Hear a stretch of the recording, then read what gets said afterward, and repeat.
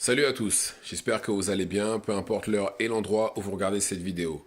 Avant de commencer, cliquez sur like, abonnez-vous et activez la cloche de façon à être tenu au courant quand je posterai de nouvelles vidéos.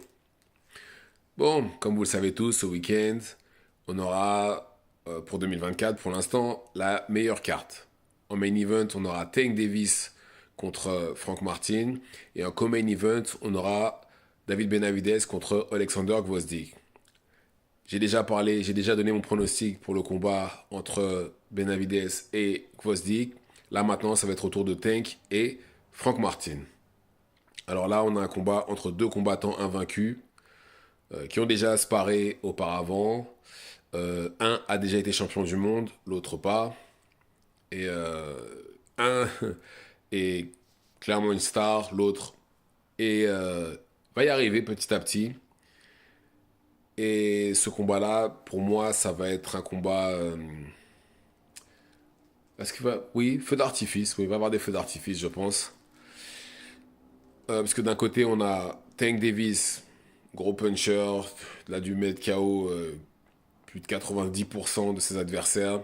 Et de l'autre côté, on a Frank Martin qui, lui, euh, essaye de mettre le plus de dégâts possible à ses adversaires. Et très, très explosif aussi.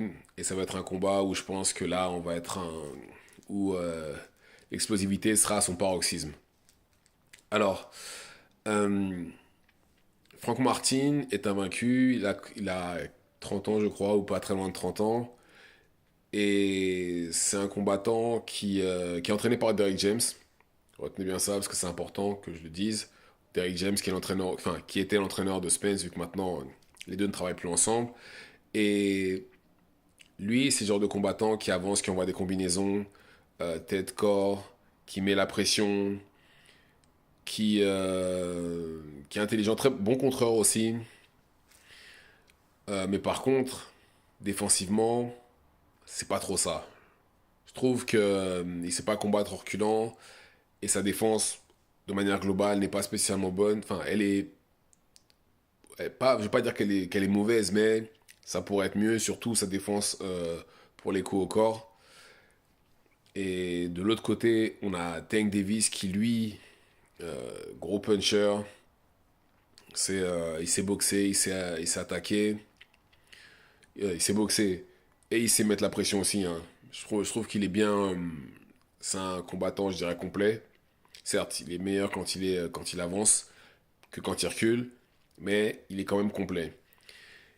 Et je pense que ce combat-là, ça va surtout être l'expérience qui va jouer. Et très franchement, je pense que, ouais, je pense que Tank devrait gagner. Et sûrement par KO en 8 rounds. En 8 rounds. Parce que je pense que la défense de Martin n'est pas assez bonne pour quelqu'un comme Gervonta Davis. Je pense que justement, ce qui risque de lui arriver, c'est soit un coup au corps, il va mettre un genou à terre et il va se faire terminer. On aura peut-être même le remake du combat entre Tank et Ryan. Ça pourrait être le cas. Ou sinon, il pourrait éventuellement le contrer avec un uppercut. Vu comment Tank est explosif, c'est comme ça que je vois les choses se passer. C'est pas qu'il est trop ouvert, c'est juste que voilà, quand il recule ou dans certaines phases d'attaque où ils sont face ou dans certaines phases d'attaque, sa défense est pas au top et je pense que vraiment ça va être un problème contre Tank. Et mais par contre, pour moi sa seule chance de gagner, enfin pas sa seule chance, mais la stratégie adoptée pour que Frank Martin gagne, c'est qu'il recule pas devant Tank. Il peut pas reculer devant lui, il faut que ce soit lui justement qui mène la danse et qu'il envoie, j'allais dire ouais qu'il envoie beaucoup de coups, mais voilà, on sait comment c'est dangereux contre quelqu'un comme Tank, d'aussi explosif et qui enregistre très vite les données sur ses adversaires. Ça pourrait être compliqué, donc je pense que déjà faut pas qu'il recule, qu'il lui mette la pression et pas qu'il le respecte. Mais voilà, faut pas qu'il fasse non plus comme Ryan, c'est-à-dire foncer sur lui et être pressé, on va dire, être pressé et attaquer sans réfléchir. Ça, c'est sûr et certain, il va prendre un contre. Dodo ou il sera au sol. l'un ou l'autre, ou voire même les deux. Donc faut qu'il lui mette la pression et après voilà, c'est plus facile à dire qu'à faire contre quelqu'un comme Tank, mais pour moi c'est la seule manière. Il faut surtout pas qu'il recule devant lui. Surtout pas qu'il recule, qu'il utilise bien son jab, même si je pense qu'ils doivent sûrement faire la même taille, qu'il utilise bien son jab et pas de respect.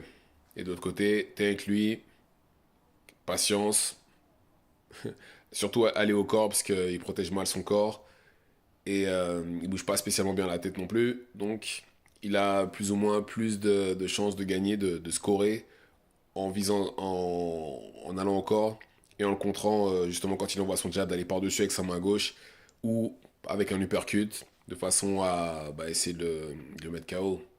Donc encore une fois, pour moi, le vainqueur de ce combat-là, ça devrait être Tank et sûrement par KO en, on va dire 8 rounds. Ouais, voilà, 8 rounds. Dites-moi ce que vous en pensez dans les commentaires. Activez la cloche de façon à être tenu au courant quand je posterai de nouvelles vidéos. Et c'est tout pour moi.